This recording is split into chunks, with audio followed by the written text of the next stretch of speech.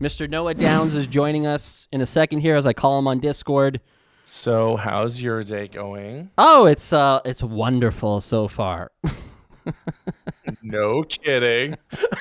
It's So, we're had to have the emergency meeting here because of this. Here's the deal that everyone needs to know. I just tweeted about this. 95% of Twitch partners are on a contract they don't realize they're on. Yeah. Because most partners accepted new contracts through a click wrap when they logged into the new partner dashboard in 2018. So Twitch updated everything there. It was even after what's his face sued the platform for banning him. Phantom Lord. Thank you, Chad. Yeah. And so they updated it to have provisions that kind of like made sure that you can't sue them like that again. There's about 32 partners that have the old contract because they didn't get the partner dashboard update. Okay. But so this is how Twitch is going to update these contracts. And by the way, the reason we're hearing about this is because this got through committee to, oh, hey, we should do this. I found out about this about 2 weeks ago. Okay. And what it means is they're going to update if they decide to implement it when partners just log in one day and they'll say, hey, there's been updates to the partner dashboard, or hey, there's been new things implemented. You now don't have exclusivity. Click here to make sure that you're on the new thing. But it will also include a reduction in rev split. And it'll give you the incentives. So they're going to give you the no more exclusivity at the same time as they give you the more incentives and the new tier system. But you'll click through it and accept the rev split reduction. And it'll be you want to do this or do you not want to be a partner anymore? So it's there's no choice. Like anybody who's partners are probably not even going to read that inherently. And so a lot of people would just accept it without learning more. Right. And most people don't understand that the partner contracts that you all have say that you currently have exclusivity to the platform. Well, a common misconception we have is that, I can stream on Twitch Tuesday and stream on YouTube on Wednesday or Thursday. Well, that's just not the case. Right. With every single person that accepted the new partner update in 2018, had a change to the Exhibit 1 of their contract, which basically explicitly states any and all content you create has to first be on Twitch. Right. And this is all coming, by the way, while you're looking for that, at the same time that Twitch is rolling back partner managers for most of their partners. Yeah, I was saying that before, is that it seems like a lot of the partner managers are getting transitioned into education. And hosting what are essentially seminars for digital seminars for partners. Look at section 1.3, which will be on page 2. So you'll see here it says, starting from the beginning of the initial broadcast of any licensed content and continuing for a period of 24 hours following the end of the initial broadcast of such licensed content, it's exclusive to Twitch. That's what they're going to get rid of. Okay. It's it'll say that, starting from the beginning of they're going to modify it.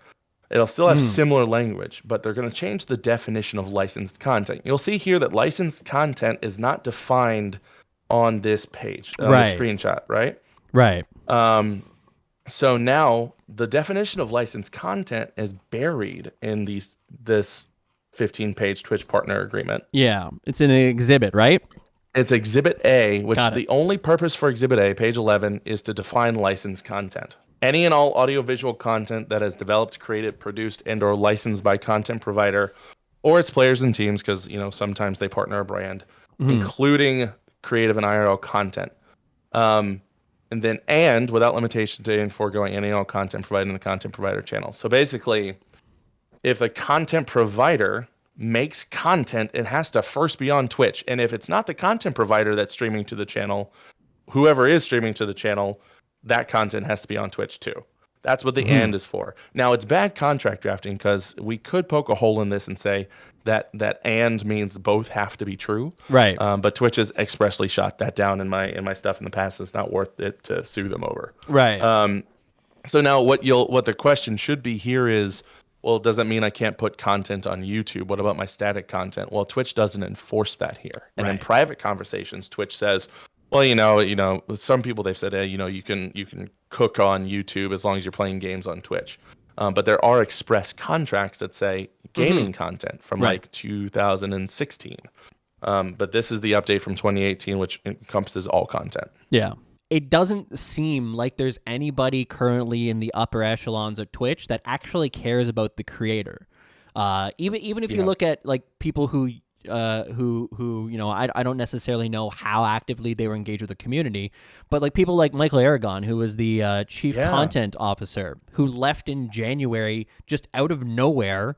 He just left the company, and like I don't think they've replaced him with anybody.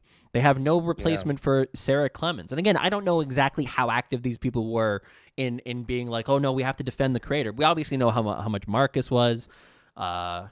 He stated as such that he has been very aggressive and open about that fact that he speaks very loudly for the creator.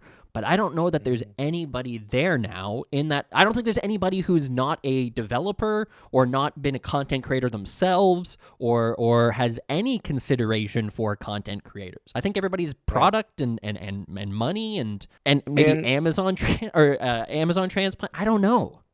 So here's the thing is, you saw Twitch bring in people who don't understand what they're doing on the music side. It's amazing. As soon as I said that, somebody asked about music in chat. Perfect timing.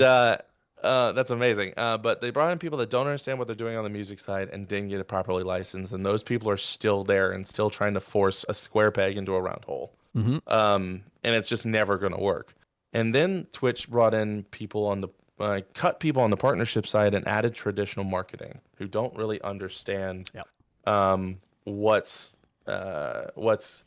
going on in terms of how this community reacts to marketing. And this is the result of that. They are going to destroy the platform before they build it back up. Mm-hmm. People are, right now Twitch is going to hide the ball on partners and say, oh, sure, you were 70-30 before, now you're 50-50, but hey, we really want you to stay on this platform because they're going to lose a lot of loyalty. Yeah. And I'm telling you now, they're going to offer a ton of creators ambassador status. Right. And ambassador status is the biggest scam on the platform. Really? You don't get paid to be an ambassador. Right. That I knew. You don't get any monetary perks. Really? You get, before most ambassadors are 70-30, but that wasn't a rule. Okay. Yeah. You get like a really neat water bottle and maybe like some AirPods once a year that are Twitch branded. And you get some really neat flair in chat. But with the ambassador, what you give up is they're allowed to use ambassador likenesses all over the place. Can't they already do that with the partnership agreement? Not necessarily. Okay. They have to ask for more permission, but with ambassador agreements, you're allowing it. It's just like when they did the Black History Month billboards. Right. The Black History Month billboard was so poorly written, the legal was so poorly written that Twitch basically can do whatever they want with that likeness, even after Black History Month. It's really easy over the course of the last 2 years to bash Twitch because things have been changing. There's been almost no good news. Yeah. No, yeah, you're right. You're right. I want to find silver linings to this playbook because Twitch knows that they can do this because where are you going to go? Right. Mixer's gone. Yep. YouTube isn't making offers anymore. Yep. Facebook kills your career. Yep. I feel like the actual place where people are going to go is TikTok for non-gaming content. Mm-hmm. For gaming content, I do feel like eventually YouTube is going to kind of figure out. As I was saying earlier, I don't think that YouTube is in a rush to completely switch what they're doing because they can kind of wait it out. They can kind of see the writing on the wall with Twitch going, Twitch doesn't care about their community, so we'll just wait. And then just by nature of attrition of people getting finally sick of being treated poorly, they'll come here. We have a 70-30 split. Yeah, no, I do think that this is going to be something that Twitch will just weather the bad PR and continue. Because at the end of the day, they want to make the platform viable. Now, what's interesting is I do think they're going to sneak out the update in contracts. I'm concerned about whether or not they're going to do it all at once or not. Most people aren't going to realize that they've signed it because most people don't review their contracts. Yeah. Moblord asked what the worst and best case scenario here is. The worst case scenario is that everything gets rolled back And Twitch says, hey, we're going to pay certain people to be on the platform. We'll make money from the rest of you, but we're going to strip down our team and basically become a service instead of a platform. That's the worst case scenario here. Right. Best case scenario here is that they wake up and read Twitter today and listen to it for the first time ever. And say, you know what, these are bad ideas. I am very much convinced that we're on our own at this point as creators. Yeah. I don't think that there is. And again, I talked about this earlier. There was a change at some point at Twitch where they went from being a platform that was like where you could build a career to where it is now, which is a service. And they've literally said that. We have tweets, we have interviews where they consistently say Twitch is a service. It does not consider itself a platform. And a service is something that you use as part of your career, but it's not something that is your entire career. So it's. I think the writing has been on the wall for a while that this is probably going to be coming, and now that it's sort of getting a little bit more attention in being exposed here, I don't think it gets better. That says, does the future unlock of exclusivity give us as creators the opportunity to split out and as such diversify? Yes, we have to build on other platforms, but does it open opportunity there to balance income? So you will not be able to co-stream to other platforms. If your stream is on Twitch, you're going to be on Twitch. If your stream is on, however, you are then able to log off. You will likely be able at that point to log off of Twitch and go stream on YouTube or TikTok or something. Or you can say, it's a Destiny raid day and you get a huge raid and you go live on your Destiny to raid YouTube channel. You can then say, hey, I'm going to go live on Twitch now. And then you'll be able to stream before you go and bring people platform to platform.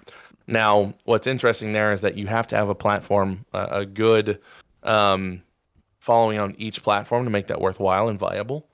And so I think the non-exclusivity will help establish creators. I think.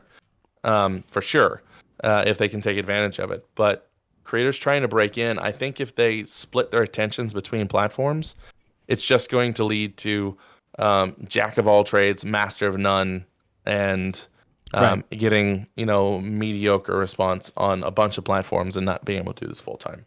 When this could be implemented, honestly, it could be a rollout shortly. Even like they say, oh, hey, this is cool. We're announcing this at TwitchCon EU. Here's how the dashboard's going to look, all that stuff. Yeah.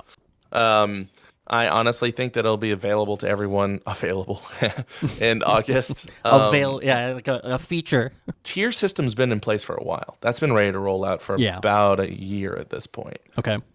They just here's the other part of the tier system is nobody wants to be like a tier 1 or tier 2 like content creator. Right. Nobody likes being ranked at the bottom, you know what I mean?